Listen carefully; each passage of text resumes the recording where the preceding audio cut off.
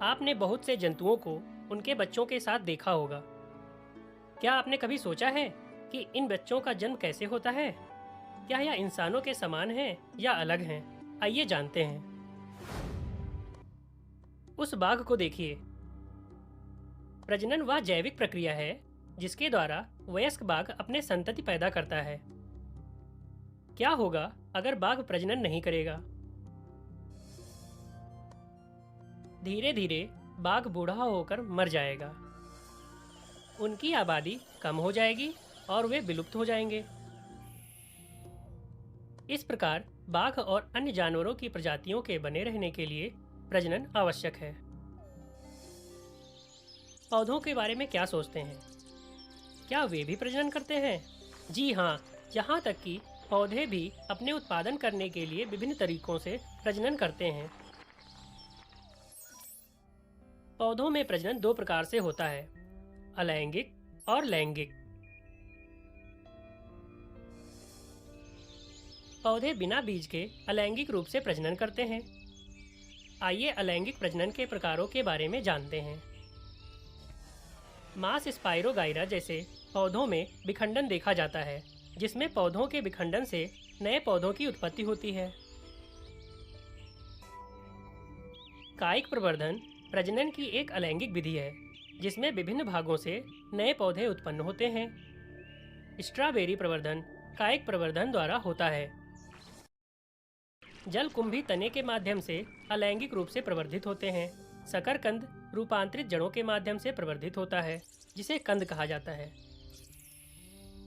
और ब्रायोफिलम पत्तियों के माध्यम से कायिक प्रवर्धन से गुजरता है। आपने देखा होगा कि अधिकांश पौधों में पुष्प लगते हैं। पुष्प पौधों के प्रजनन अंग हैं। इस गुड़हल के पुष्प को देखिए। पुंकेसर जो पुष्प का नर प्रजनन अंग है, परागकोश और तंतु से बना होता है। नर युग्मक परागकोश पर परागणों द्वारा निर्मित होते हैं। स्त्री केसर एक पुष्प का मादा भाग होता है, जिसमें वर्तिकाग्र, वर्तिका और अंडाशय होते हैं। अंडाशय में एक या अधिक बीजांड होते हैं, जो अंडे या मादा युग्मक बनाते हैं। परागण पुष्प के परागकोश से परागकणों के वर्तिकाग्र में स्थानांतरण को कहते हैं, जिससे नर और मादा युग्मकों का संलयन होता है। इसके परिणाम स्वरूप युग्मनज बनता है। युग्मकों के संलयन की प्रक्रिया को निषेचन कहा जाता है। युग्मनज एक भ्रूण के रूप में विकसित होता है। निषेचन के बाद अंडाशय फल के रूप में बढ़ता है और फल अंडाशय में पकता है। बीज बीजांड से विकसित होते हैं और इनमें एक भ्रूण होता है, जो बीजावरण के अंदर संलग्न होता है। बीजों का अलग अलग स्थानों पर प्रकीर्णित कर दिया जाता है, जो नए पौधों में विकसित होते हैं। तो अब हम जानते हैं लैंगिक प्रजनन में बीज से नए पौधे प्राप्त होते हैं। पौधों की तरह जंतु भी लैंगिक और अलैंगिक रूप से प्रजनन करते हैं। मेढक लैंगिक प्रजनन करते हैं। आइए जानें वे किस प्रकार से प्रजनन करते हैं।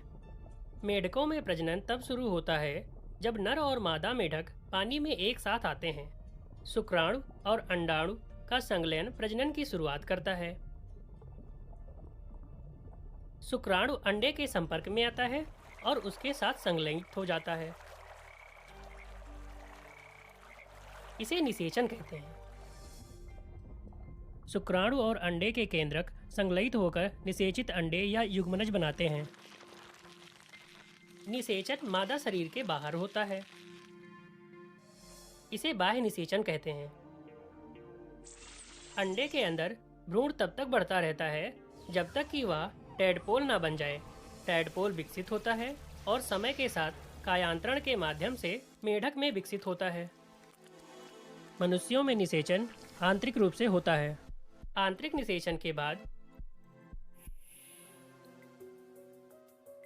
युग्मनज बार बार विभाजित होकर इसके चारों ओर कठोर सुरक्षात्मक परत बनाता है। भ्रूण आंतरिक रूप से विकसित होता है। जंतुओं में आंतरिक निषेचन होता है, जैसे मुर्गी, बिल्ली, कुत्ते आदि। कुछ छोटे और सूक्ष्म जीव जैसे हाइड्रा और अमीबा अलैंगिक रूप से प्रजनन करते हैं। आइए जानें कि वे प्रजनन कैसे करते हैं। हाइड्रा में एक या एक से अधिक प्रत्येक नए उभार से एकल जनक विकसित होता है। इसे मुकुलन कहा जाता है।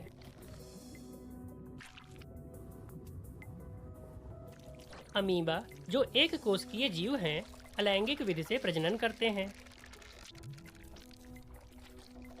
जनक अमीबा अपने केंद्रक को 2 केंद्रकों में विभाजित करके प्रजनन की शुरुआत करता है। इसे केंद्रकीय विभाजन कहते हैं। जनक अमीबा का शरीर भी 2 भागों में बंट जाता है और प्रत्येक भाग को एक केंद्रक प्राप्त होता है। इस प्रकार एक जनक अमीबा से 2 संतति अमीबा उत्पन्न होती है। प्रजनन की यह विधि, जिसमें एक जंतु 2 जंतुओं में विभाजित होकर प्रजनन करता है, द्विखंडन कहलाती है। आइए सारांश में देखें। प्रजनन वह जैविक प्रक्रिया है जिसके द्वारा जनक नए जीव या संतति उत्पन्न करते हैं। जीवों को अपनी प्रजातियों को बनाए रखने के लिए प्रजनन की आवश्यकता होती है। पौधे मुकुलन, विखंडन, बीजाणु निर्माण और कायुक प्रवर्धन के माध्यम से अलैंगिक रूप से प्रजनन करते हैं। पुंकेसर और स्त्री केसर पौधों के लैंगिक प्रजनन में शामिल होते हैं। नर और मादा युग्मकों के निषेचन से युग्मनज बनता है। निषेचन के बाद अंडाशय फल के रूप में बढ़ता है और बीज बनते हैं।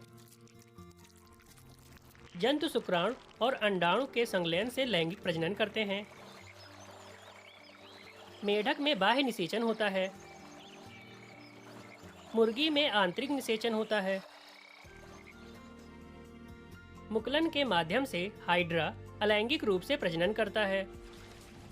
अमीबा द्विखंडन द्वारा प्रजनन करता है। तो अब आप सोच सकते हैं कि अगर जीव प्रजनन नहीं करते तो क्या होता? पृथ्वी पर जीवन विलुप्त हो गया होता। मुझे यकीन है कि आपको कुछ ऐसे जंतुओं के नाम याद होंगे जो अब विलुप्त हो चुके हैं। अधिक जानने के लिए देखते रहें।